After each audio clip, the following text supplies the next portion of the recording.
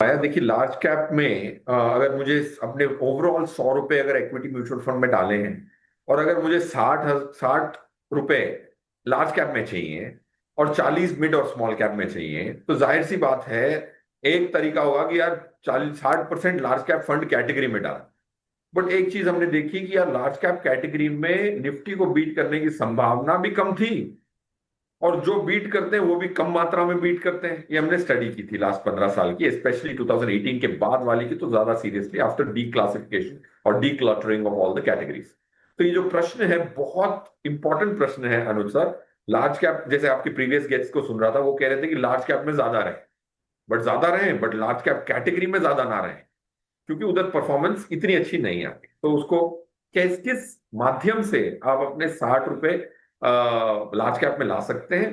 पहले एक साइड पे हम लिखते हैं कि कौन सी कैटेगरी में अधिक मात्रा में लार्ज कैप है।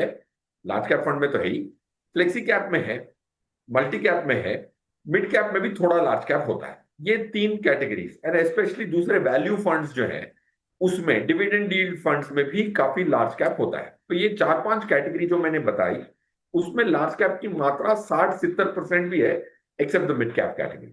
तो इनके मिश्रण से, जैसे आनंद राठी के मॉडल पोर्टफोलियो में सिर्फ एक लार्ज कैप स्कीम है 14 में से, तो 13 तो लार्ज कैप स्कीम है नहीं।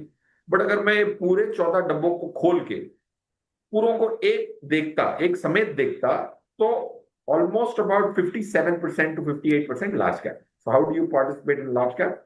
By using flexi cap, multi cap, and some degree of value and dividend yield fund.